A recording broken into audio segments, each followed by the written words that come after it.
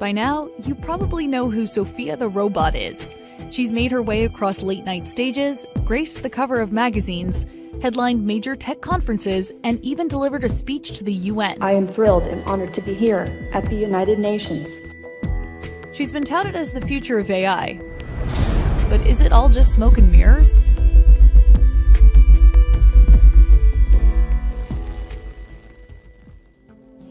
When we interviewed Sophia back in December, we were given a script to stick to. Here's the list of questions we sent over, and here's the list of approved questions we were able to ask. They look nothing alike. And we're not the only ones who were given a script to read from. Others who have spoken to her have also pointed out that their questions were predetermined.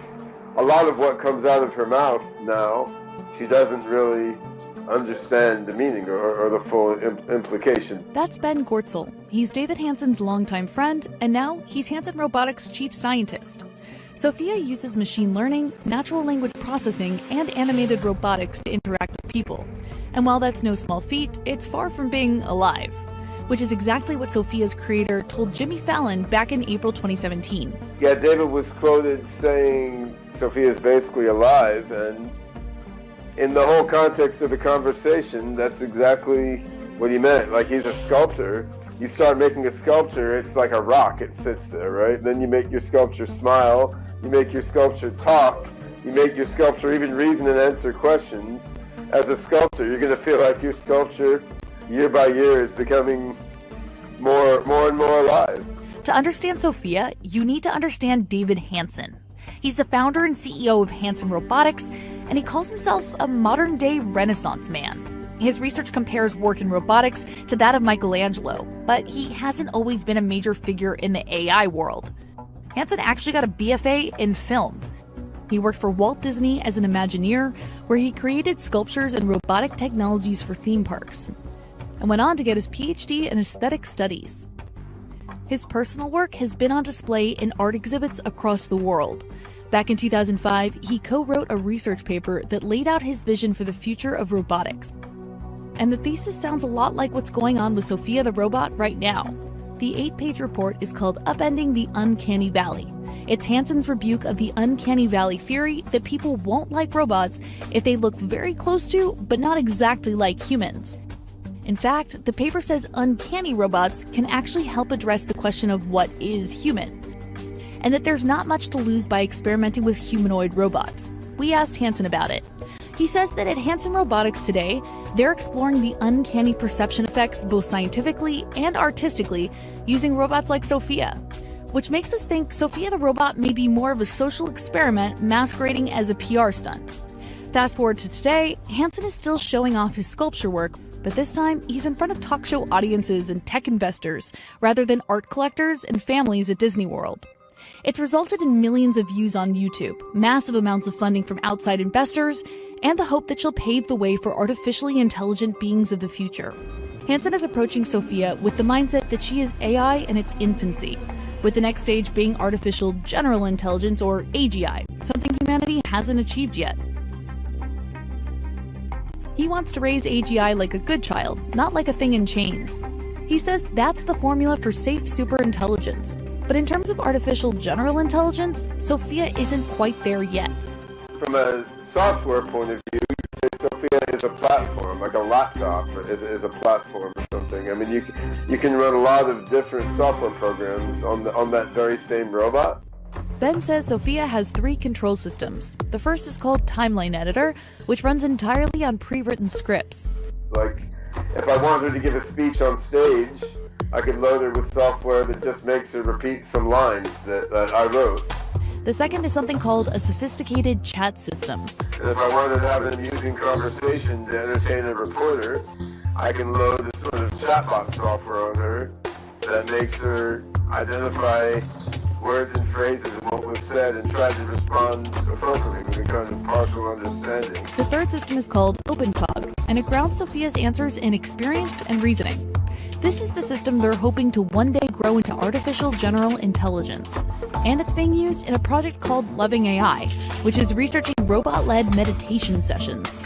The research project aims to connect humans with an AI agent that can communicate unconditional love. Some experts think that alluding to her being alive is a misleading way to present Sophia's technological capabilities. And some say that it's actually hurting AI development as a whole.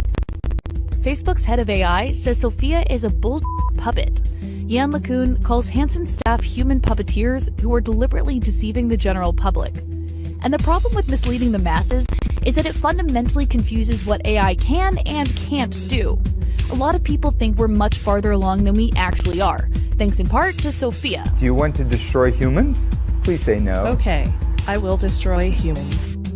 In the grand scheme of things, AGI is the goal, but nobody is there yet.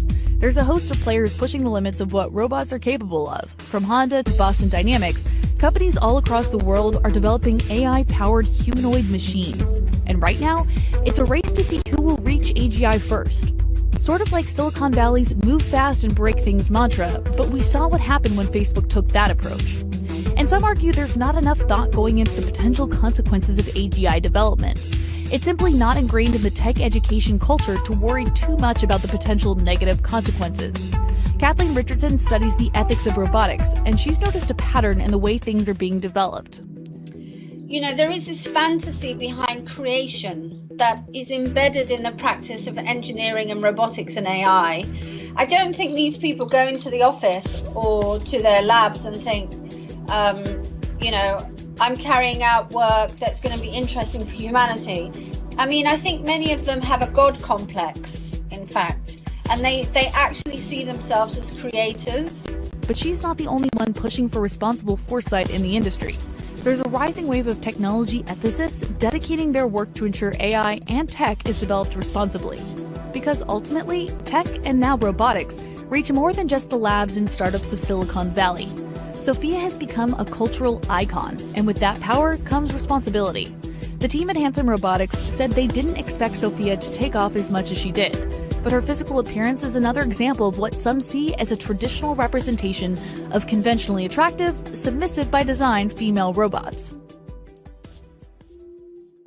Kim Jenkins is a lecturer at Parsons School of Design, and she spends a lot of time looking at how fashion and beauty interact with culture. I think it's sort of a disappointment and missed opportunity that with our advances in technology, we have decided to develop this kind of robust robot with many functions and emotions, and yet when we shape her, she doesn't look too unlike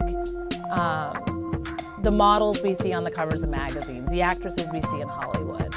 And Sophia's looks haven't gone unnoticed. Sophia was modeled after Audrey Hepburn, and she's since been dubbed the hot robot. It happens that this sort of young adult female robot is the one that's become really popular. That wasn't really our calculation. That's just what happened to catch on in the world at large, right? So, I mean, what are you going to do? Of course, you're going to show people what they keep asking for. Sophia isn't Hansen Robotics' only attractive female robot. Back in 2002, David Hansen created a robot head called the K-Bot. It was modeled after a former lab assistant and now ex-girlfriend. Years later, he made a model inspired by his now wife. Sophia's creator, David Hansen, has said a lot about Sophia's aesthetic, which seems to be a common theme for Hansen. After all, he does have a PhD in aesthetic studies. In his research paper from 2005, he referenced the term aesthetics 6 times, and that makes Sophia's press appearances even more interesting. When she's out on the PR circuit, Sophia tends to evoke the idea that the future is already here, but a sentient robot doesn't exist yet, and countries like the US and China are racing to be the first. You see a lot of humanoid robots, so I don't think it's bad for AI. I think it's kind of very clear signal of where we're heading. And I think that has little to do with the technology and more to do with human nature of developing androids that are very clearly female, speak to certain populations, appeal to certain populations in certain ways. Sophia the robot is just one player in the AI game today, but David Hansen sees a robot with true AGI on the horizon. I think it's a race against time to see whose algorithms become smart first. So while Sophia may look like she's straight out of an episode of Black Mirror, she's not as advanced as she may appear, and it may be doing more harm than good.